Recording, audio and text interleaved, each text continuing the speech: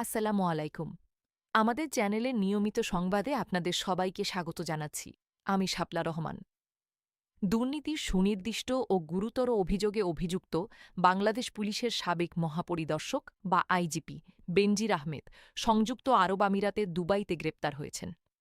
সরকারের উচ্চ পর্যায় এবং আইন প্রয়োগকারী সংস্থাগুলোর পক্ষ থেকে এই চাঞ্চল্যকর ও অত্যন্ত গুরুত্বপূর্ণ খবরের সত্যতা আনুষ্ঠানিকভাবে নিশ্চিত করা হয়েছে।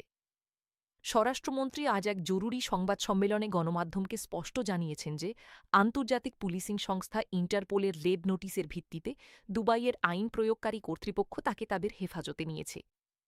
একই সাথে স্বরাষ্ট্রমন্ত্রী আরও নিশ্চিত করেছেন যে এই চিহ্নিত পলাতক আসামিকে অতি দ্রুত সময়ের মধ্যে দেশে ফিরিয়ে এনে আদালতের মুখোমুখি করার জন্য প্রয়োজনীয় সমস্ত আইনি ও কূটনৈতিক প্রক্রিয়া ইতিমধ্যেই পুরোদমে শুরু হয়ে গেছে। পররাষ্ট্র মন্ত্রণালয়, স্বরাষ্ট্র মন্ত্রণালয় এবং পুলিশ সদর দপ্তর যৌথভাবে এই বহিঃসমর্পণ প্রক্রিয়া এগিয়ে নিয়ে যাওয়ার জন্য কাজ করছে। সাবেক এই পুলিশ প্রধানের বিরুদ্ধে গত বেশ কিছুদিন ধরে জ্ঞাত আয়বহির্ভূত সম্পদ অর্জন, ক্ষমতার চরম অপব্যবহার এবং ব্যাপক দুর্নীতির অভিযোগ অনুসন্ধান করছিল দেশের শীর্ষ দুর্নীতিবিরোধী সংস্থা দুর্নীতি দমন কমিশন বা দুদক। দুদকের প্রাথমিক অনুসন্ধান এবং আদালতের সুনির্দিষ্ট নির্দেশনার ভিত্তিতে ইতিপূর্বেই বেনজির আহমেদ এবং তার পরিবারের সদস্যদের নামে থাকা শত শত বিঘা জমি, বিলাসবহুল ফ্ল্যাট, অসংখ্য ব্যাংক অ্যাকাউন্ট এবং বিভিন্ন বাণিজ্যিক প্রতিষ্ঠানের শেয়ার অবরুদ্ধ ও ক্রোক করা হয়।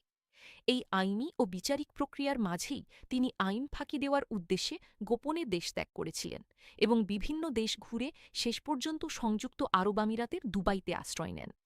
বাংলাদেশ সরকারের পক্ষ থেকে ইন্টারপোলের কাছে তার বিরুদ্ধে সুনির্দিষ্ট অপরাধের তথ্য প্রমাণ সরবরাহ করে রেড নোটিশ জারির আবেদন করা হয়েছিল। সেই রেড নোটিশের কার্যকারিতা হিসেবেই আজ দুবাই পুলিশ তাকে আটক করতে সক্ষম হয়।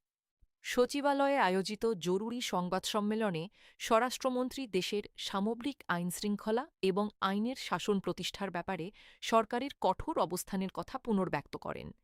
মন্ত্রী তার বক্তব্যে বলেন যে আইনের চোখে সবাই সমান এবং অপরাধী যত বড় প্রভাবশালী বা উচ্চপদস্থই হোক না কেন তাকে জবাবদিহিতার আওতায় আসতেই হবে। বেনজির আহমেদের বিরুদ্ধে যে সমস্ত আইনি পরোয়ানা রয়েছে সেগুলোর আলোকেই আন্তর্জাতিক বিধিমালা মেনে দুবাই সরকারের সাথে সার্বক্ষণিক যোগাযোগ রক্ষা করা হচ্ছে। স্বরাষ্ট্র মন্ত্রণালয়ের একটি বিশেষ এবং উচ্চ ক্ষমতাসম্পন্ন উইং ইতিমধ্যেই মামলার বিবরণী, আদালতের আদেশের সার্টিফাইড কপি এবং তার নাগরিকত্ব সংক্রান্ত প্রয়োজনীয় নথিপত্র দুবাইয়ের বিচারিক ও কূটনৈতিক কর্তৃপক্ষের কাছে হস্তান্তরের জন্য চূড়ান্ত করে ফেলেছে। বেনজির আহমেদের গ্রেফতারের খবরটি ছড়িয়ে পড়ার পরপরই দুর্নীতি দমন কমিশন বা দুদক কার্যালয়ে ব্যাপক প্রশাসনিক তৎপরতা ও আইনি তোড়জোড় শুরু হয়েছে।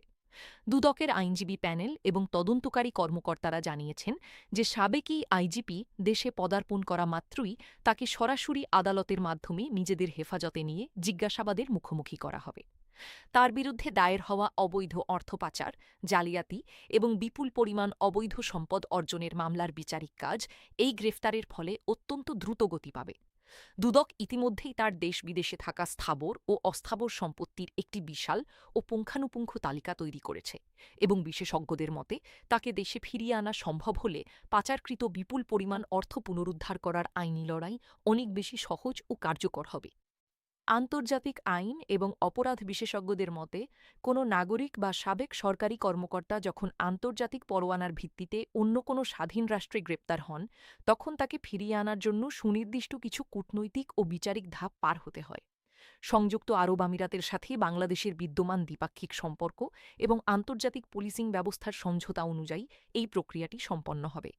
প্রথমত, দুবাইয়ের স্থানীয় আদালতে তাকে উপস্থাপন করে গ্রেপ্তারের কারণ এবং বাংলাদেশের আইনি পরোয়ানা প্রদর্শন করতে হবে।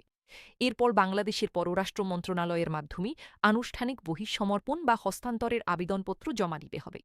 স্বরাষ্ট্র মন্ত্রণালয় যেহেতু সর্বোচ্চ অগ্রাধিকার দিয়ে এই প্রক্রিয়া শুরু করেছে, তাই বাংলাদেশ পুলিশের একটি বিশেষ ও দক্ষ প্রতিনিধি দল খুব শিগগিরই দুবাইয়ের উদ্দেশ্যে রওনা হওয়ার জন্য প্রস্তুত রয়েছে।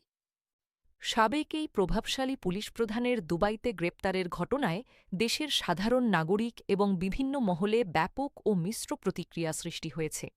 সামাজিক যোগাযোগ মাধ্যম থেকে শুরু করে সর্বস্তরের মানুষের মাঝে এই ঘটনাটি এখন প্রধান আলোচনার বিষয়ে পরিণত হয়েছে।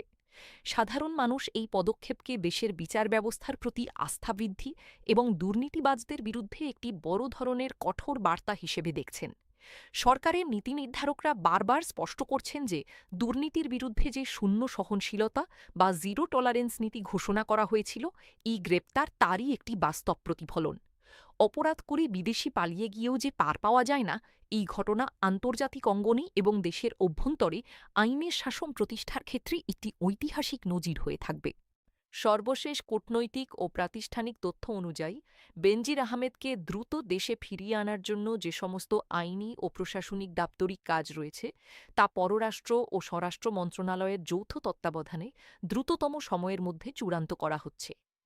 দুবাইতে নিযুক্ত বাংলাদেশ দূতাবাস এবং সেখানকার কনসুলেট জেনারেল স্থানীয় আইন প্রয়োগকারী সংস্থা ও আদালতের সাথে সার্বক্ষণিক সমন্বয় বজায় রাখছেন। আগামীকাল সকালের মধ্যেই সমস্ত সার্টিফাইড আইনি নথিপত্র আনুষ্ঠানিকভাবে দুবাইয়ের বিচারিক কর্তৃপক্ষের দপ্তরে পৌঁছানো হবে। বাংলাদেশ পুলিশের বিশেষ দলটির কাছে সবুজ সংকেত আসা মাত্রই তারা দুবাই ভ্রমণ করে আসামিকে নিজেদের হেফাজতে নিয়ে বিশেষ বিমানে দেশে ফিরিয়ে আনবে। এই চাঞ্চল্যকর মামলার বিচার প্রক্রিয়া এবং তাকে দেশে ফিরিয়ে আনার প্রতিটি আইনি পদক্ষেপের ওপর পুরো দেশবাসীর চোখ রয়েছে। এই ছিল এখনকার মতো আমাদের সর্বশেষ সংবাদ। পরবর্তী সংবাদ দেখার আমন্ত্রণ জানিয়ে আপনাদের কাছ থেকে এখানেই বিদায় নিচ্ছি।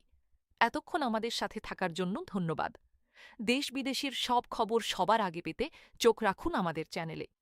ভিডিওটি তথ্যবহুল মনে হলে একটি লাইক দিন এবং আমাদের চ্যানেলটি সাবস্ক্রাইব করে পাশে থাকুন। আজ এই পর্যন্তই।